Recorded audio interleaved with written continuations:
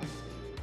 So for a bit of context of what is about to happen and what I'm working on is that back in February, when we were here in Amsterdam for Travel Week, my professors announced that the studio had some additional funding from the Edward P. Bass Fellowship, which funds the studio, to produce a publication after the semester was over. And they were looking for volunteers of maybe a couple students who would want to stay on and work on the publication. That sounded great to me. I didn't have summer plans at the time, and so I volunteered. And then maybe like end of March, early May, I'll back up. I will say end of March, early April, my professors were like, actually, not just a publication, there might be an exhibition opportunity at the RAI to be hosted during a massive real estate convention. And we'll discuss this more when the jurors visit for your final reviews. So at this point, I knew that the work was coming in advance for the publication. And then I would have to design some panels for an exhibition. Cool. And then like end of April came and early May came, like finals week, and they were like, actually, it would be really great if a student could go to Amsterdam and present the 8 final projects. Would you be willing to do that?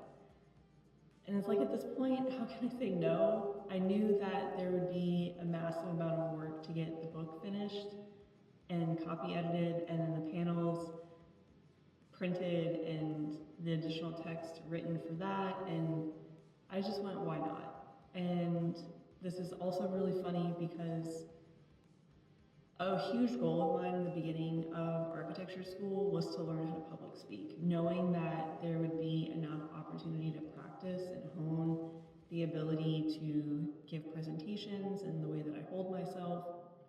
There would be lots of opportunities to get better at that.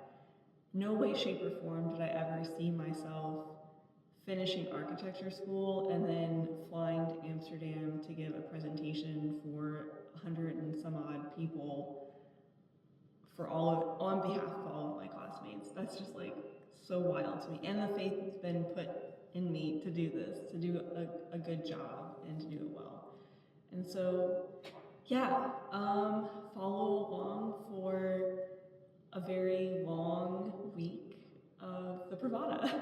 And I am in Amsterdam on behalf of the Yale School of Architecture and the Edward P. Bass Developer Studio, here to present the 8 final studio projects for last semester at the Provada, which is a very large, prominent Dutch real estate convention. And so it's just gonna be little old me and everyone else. So I'm really excited, but okay. So I knew I had an overnight flight, and this is officially day 1 of 6.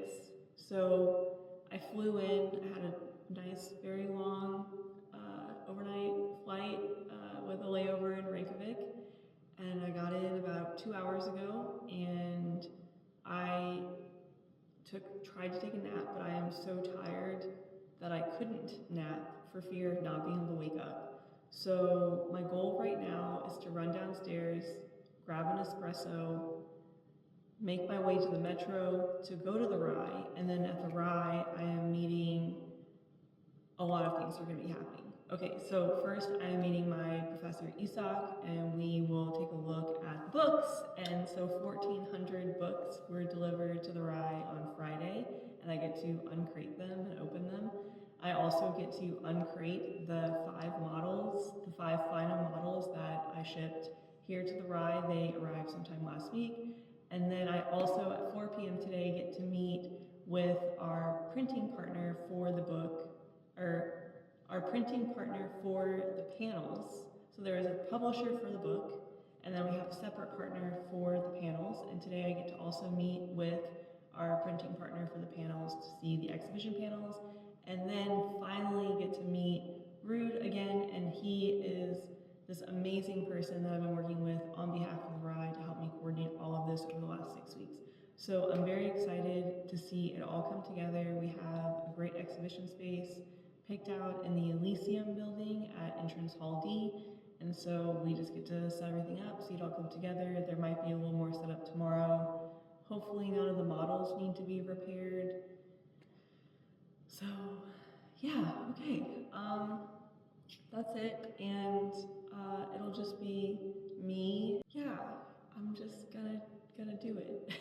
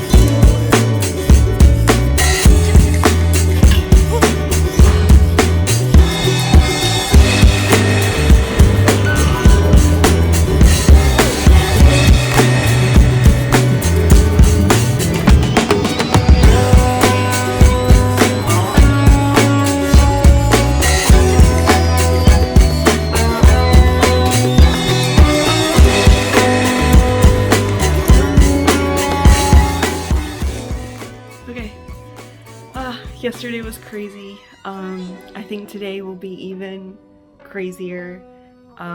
So here we go. Day 2 of the Provada. I am heading there right now to meet my professor who's going to take me around to all the booths, and I'm so excited.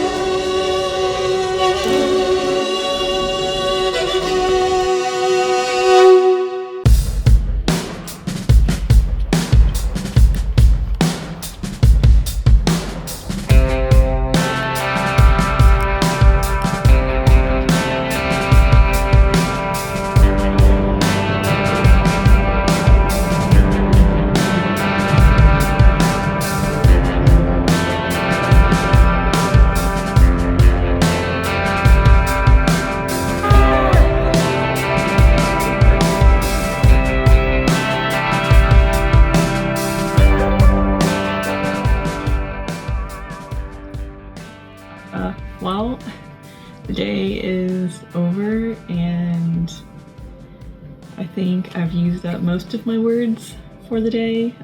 It's been quite long, and it's easy for me to just kind of sit and zone out, but I just wanted to jump on here and kind of go through what happened today, because there wasn't a whole lot of opportunity to film, and then there's like the whole thing of I'm clearly making a video, and then it's just like this weird age gap between me and like all of the middle-aged white guys in suits, you know, and I'm just over here trying to say what I have to say. So that being said, today was really so great and rewarding, and seeing the last 4 or 5 weeks of my efforts kind of come together. The book is here and it's done. It's more than I could have hoped for, and it I think really represents all of our projects well, and kind of this like tidy little handbook. And so these have been available with the exhibition panels for the last couple days, but today was really the day that we could hand them out at the Provada. So just to recap, I have been at the Provada since the last 2 days. Today is day three, and I've been setting up my studio's exhibition, managing the books, and then preparing for the final day, which was my presentation. And so that really, it was 45 minutes total, about 15 minutes of me speaking, giving an overview of my classmates' plans and our ambitions and aspirations for the RAI. And then that led to a panel discussion with the RAI's current CEO, Paul Riemans, and the supervisor for urban planning in the city of Amsterdam, primarily the Zouters neighborhood. And they had an opportunity to respond to the plans in a very public setting, and for the public to be able to ask questions, which is incredibly important in this process, because the RAI, I think, is at the stage of a new phase in their own development, and the plans that my studio has produced are out there, so now there's a little bit more wiggle room to evaluate if everyone's kind of on the same page. And so the order of operations for today is I had quite a tough time sleeping last night, not because of nerves, but just incredibly rich food here, and I eat an incredibly regimented diet, as it is, and so did not bode well for me last night after an incredible dinner with my teachers and my professors last night. And then my classmate Echo is now here with me, so that kind of helped divide up some of the attention and the work that still needs to be done. So dinner last night, had a rough night, and then this morning I woke up as early as I could to write my conclusion. Yeah, I don't know. It's tough because presenting other people's work, but also saying what I feel like needs to be said is kind of this, you have to strike a balance. And so it's quite challenging, especially with also the time constraint. And so you don't want to wear people down. You don't want them to lose interest in what you're saying, because you care, and I think they care, but sometimes you only have so much of their attention to capture. So I really tried to put my conclusion off until I got here, spent some more time, and reviewed the panels and the book, and kind of gave it a bit more thought and then I wanted it to be fresh in my mind, so I could just go up there and like say what I needed to say. So I woke up this morning, had breakfast down at the hotel, worked on my conclusion, did 2 very quick run-throughs. It's kind of interesting. You have to schedule your room service here, but because I hadn't for the last 3 or 4 days, I'm a fairly low maintenance, tidy person. I didn't think about it, but I guess after a certain amount of days they had to like come and check in the room. So I was actually rehearsing my presentation, and housekeeping was doing their thing. So it was kind of an interesting morning. And then I met up with Echo at the exhibition space at the Elysium building at the Rye, and we had the opportunity to be interviewed for a newspaper and our photo taken. So that was really exciting and fun and different, and a great primer for the rest of the day where I'm just gonna have to like talk and talk and talk.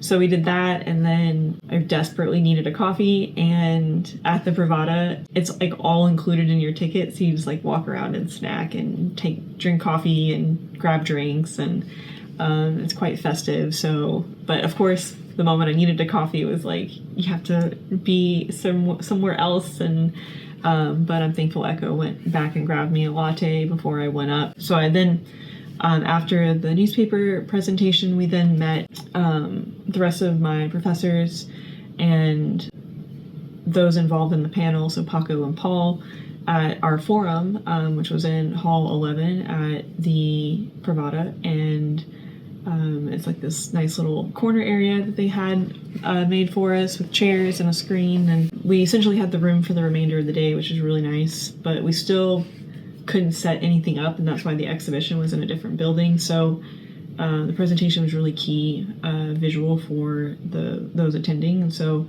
I got set up, I got my little microphone set up, and at 2:30 we just went for it. I don't know, Isak gave us a lovely introduction, and then I went ahead and gave my spiel about the Bass Fellowship and what kind of the like third-year Yale curriculum is about, and then I just really launched in to the plans and to all of my classmates' projects. And then afterward, so about 15 minutes later, Eric, my other professor, then moderated a short panel discussion, just really asking pointed questions to Paco, to Paul about the future of the Rye and what he hopes to accomplish in the next 4 or 5 years, because he just signed on to a new contract, and then really like speaking with Bjorn, I guess, on his opinion and of the studio and teaching and that sort of thing. And then a few people in the audience had questions for Echo and I, which was really great to answer and kind of give our view. And then I did the thing that I normally wanted to do, where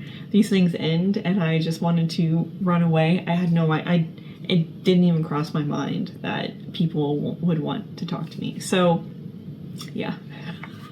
I got to speak with a lovely student that was also at the Provada from Delft, and that was really great. He's studying architecture, so he came up and asked us questions about like how we choose our studio, and different perspectives from different professors, and then being able to speak with other developers and real estate brokers that were in the audience. And in our perspective, there was an amazing structural engineer from ARUP that also asked us some really pointed questions about logistics. So overall, really rewarding to see the kind of influence that the studio has had. And while it's very different than anything that I took at Yale, I don't regret it. And I certainly never saw myself my first year coming in to end in the Bass Developer Studio. It like not really kind of my cup of tea, but I have learned a lot, and I think I can take a lot of what I've learned and kind of mix it in, because the reason why development works is because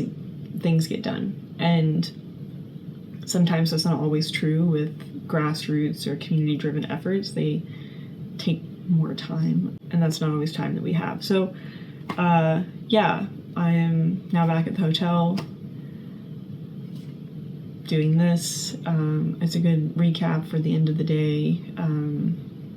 And I'm gonna go out and grab dinner and probably just come back to the room and watch TV.